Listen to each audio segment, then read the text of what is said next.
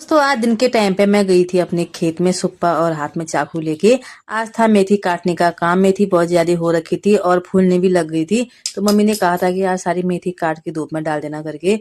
तो मेरा भी जब काम खत्म हो गया था घर का तो चली गई थी खेत में और मेथी काटना स्टार्ट कर दिया था। काटते काटते पूरा मेरा सुप्पा ही भर गया। देखो इतनी सारी मेथी हो गई थी, अभी भी बची हुई है। तो थोड़ा इसी के सब्जी भी बनाऊंगी और थोड़ा हरा धनिया भी काट के लाई साथ में। ये देखो एक सुप्पा भर के ला गई थी मैं घर पे, तब तक मम्मी भी घास काट के आ गई थी। लकड़ी भी लेके आई है और घास भी। जैसे घास नीचे रखा बकरी खाने लग गई थी। घर आने के बाद फिर मैंने भात चढ़ा लिया था। आज था मेरा कड़ी पकौड़े बनाने का प्लान। तो सबसे पहले मैंने प्याज काट लिया था और साथ में धनिया भी लाई थी और थोड़ा मेथी भी लाई। थोड़ा सुखाऊंगी और थोड़ा सब्जी में डालूंगी करके। अंश लेके आया है बिस्कुट, तो जबरदस्ती मुझे खिला रहा है। पहले एक खिलाया फिर दूसरा भी लेके आ रहा है। साथ ही साथ मेरा काम भी हो रहा था तो मैंने धनिया को धो के अलग रख लिया था, साथ में मेथी को भी। अभी प्याज काटना भी वैसा ही था और साथ में सारी तैयारी करके रखो तो खाना बनाने के लिए अच्छा होता है। तो मैंने प्याज काटना स्टार्ट कर दिया था। प्याज काटने के बाद फिर काटना था मुझे धनिया इसी में, और फिर पकौड़ी बनानी थी पकौड़ी। तो फिर उसके बाद मैंने जैसे सब्जियां काट ली थी, धनिया और प्याज, तो फिर डाल दिया था बेसन। बेसन डालने के बाद फिर सारे मसाले डाल दिए थे इसी में। तो फिर थोड़ा नमक भी डाल लिया और फिर पानी डाल के सबको मिक्स कर लिया था, हाथ से ही मिक्स किया। मम्मी भी अपना काम कर रही थी, बीच बीच में कुछ ना कुछ काम होता ही रहता है मम्मी का भी। तो जब घोल बन गया था तो उसके बाद मैंने कढ़ाई रखी चूल्हे पर और तेल गरम होने के लिए रख दिया था।